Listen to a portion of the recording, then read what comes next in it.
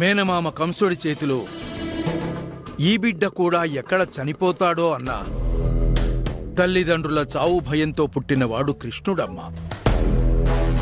ఆయన పుట్టుకేమీ పూలపాన్పుల మీద జరగలేదు. చెరసాలలో జన్మించాడు. అష్టకష్టాలు పడి వసుదేవుడు ఆ పసిబిడ్డని తను చేర్చాలనుకున్న చోటికి చేర్చాడు. మరి కష్టంలో పుట్టిన కిష్టయ్య దేవుడు కాకుండా పోయాడా? దశరథుడి వంటి గొప్ప మహారాజుకు పుట్టిన సుపుత్రుడు, హంసతూలికా తల్పాల మీద పెరగాల్సిన సుకుమారుడు పెళ్లి కాని అడవుల పాలై అష్టకష్టాలు పడ్డాడు. కష్టపడ్డాడని ఆ రాముడేమైనా దేవుడు కాకుండా పోయాడా?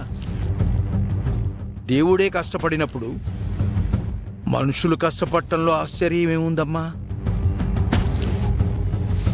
కష్టపడుతున్నావంటే నీ జాతకం బాగోలేదని కాదు, నువ్వు గొప్ప స్థాయికి వెళుతున్నావు అని అర్థం.